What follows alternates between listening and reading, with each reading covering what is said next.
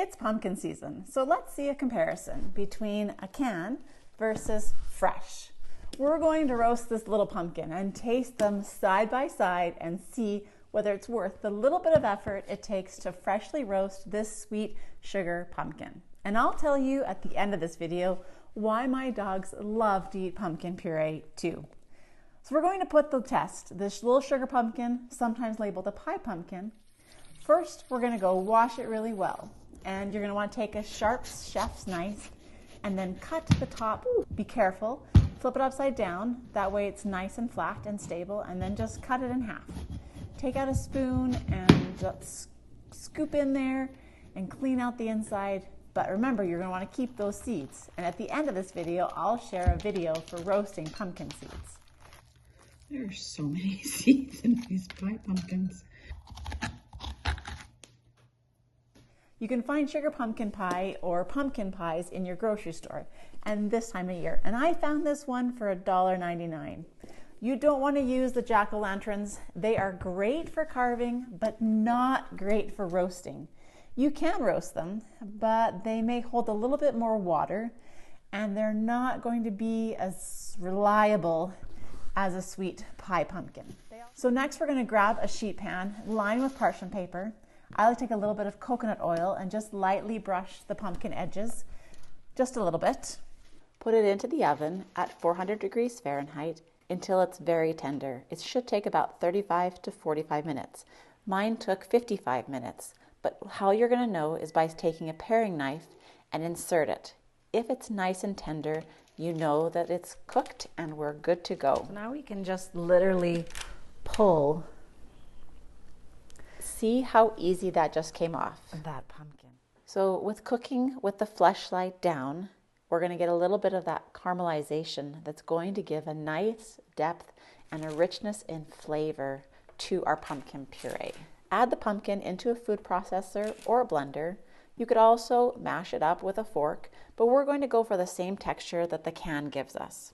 Sometimes pumpkins can have a lot of liquid in them. This one is perfect. But if it does have a lot of liquid, you're going to need to strain it out with a strainer and some cheesecloth because you don't want to add any extra water into your recipes. Canned pumpkin actually costs more than the pie pumpkin. It was $4.27 at my local Walmart. So let's compare the amount of pumpkin. 796 milliliters, and I have over 1,000 milliliters of fresh puree. And both have nothing add to it. But this one, what it says is 100% Dickinson pumpkins. The canned pumpkin texture, there's just a little bit thicker. But what's most interesting to me is the color difference between the two. I mean, I don't know where it gets its color from. They say that it's 100% pumpkin in there, and I have to believe it. But okay, the fresh pumpkin, what you do is you put it in the refrigerator where it will last up to 2 weeks. Or if I don't do that, need it right away, I'm just going to measure about 1 cup, put it in a freezer bag and lay that flat so it doesn't take up a lot of space in my freezer. I already know which one is going to taste better. And yes, you should taste something before you start adding other ingredients to it because it's the foundation of what you're cooking.